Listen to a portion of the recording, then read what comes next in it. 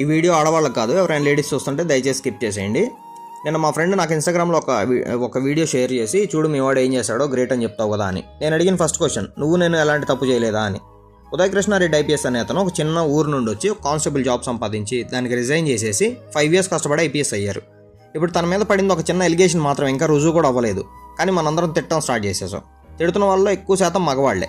ఒక అమ్మాయికి, ఆవిడ చిన్న కానీ పెద్ద కానీ, ఏదన్నా అన్యాయం జరిగితే ముందు నిలబడేది మనమే. మనం అమ్మాయికి న్యాయం జరిగే వరకు భయంకరంగా పోరాడతాం. లాస్ట్కి ఆడవాళ్ళంతా జనరలైజ్ చేసి మగ మృగాలు, మద గజాలు ఇలాంటి పదాలు యూజ్ చేసి మనల్ని జనరలైజ్ చేస్తారు. మనం ఇచ్చిన సపోర్ట్కి ఇచ్చే వాల్యూ అదేనా? తప్పు చేసేది ఒక్కడైతే సపోర్ట్ చేసేది కోట్లలో ఉంటారు. కానీ ఆ కోట్ల మంది హెల్ప్ వీళ్ళు గమనించరు. ఓన్లీ ఒక్కడిది చేసేసి ఒక జాతి మొత్తాన్ని అవమానిస్తారు. సో మనలో నిజం చెప్పండి, ఎంతమంది మీద ఫేక్ కేసులు పడి ఉంటాయి. ఫస్ట్ బాగానే మాట్లాడతారు, మాట్లాడి ఏమన్నా తేడా రాగానే భయంకరమైన కేసులు వేస్తారు ఉన్న చట్టాలన్నింటిని వాడుకొని. ఎంతమంది తప్పుడు కేసుల్లో కోర్టులు చుట్టూ తిరుగుతున్నారో నాకు తెలుసు. వాళ్ళెటు మనల్ని రికగ్నైజ్ చేయరు. కనీసం మనల్నైనా మనం సెక్యూర్ చేసుకోవాలి. తప్పు చేసిన సెక్యూర్ చేయమనట్లా. అది తప్పు అని తెలిసే వరకైనా ఆగండి. లాస్ట్ టైం ఇట్లానే ఒక అబ్బాయిని ఒక ఎలిగేషన్ వేసి భయంకరంగా తిడితే అతను అటెంప్ట్ చేసుకొని చనిపోయారు.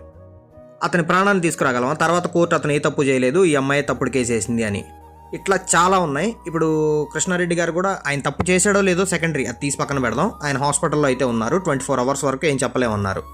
ఒక గ్రేట్ హ్యూమన్ని కోల్పోతాం. తను చాలామంది పేదవాళ్ళకి హెల్ప్ చేస్తాడు, డాగ్ రెస్క్యూస్ చేస్తాడు, ఆవులకి కానీ. ఇవన్నీ ఇంతకుముందు చాలా వీడియోస్ ఉండేవి, అతను ఇప్పుడు పోస్టులు తీసేసినట్టున్నారు. ఒక గ్రేట్ హ్యూమన్ని కోల్పోతాం.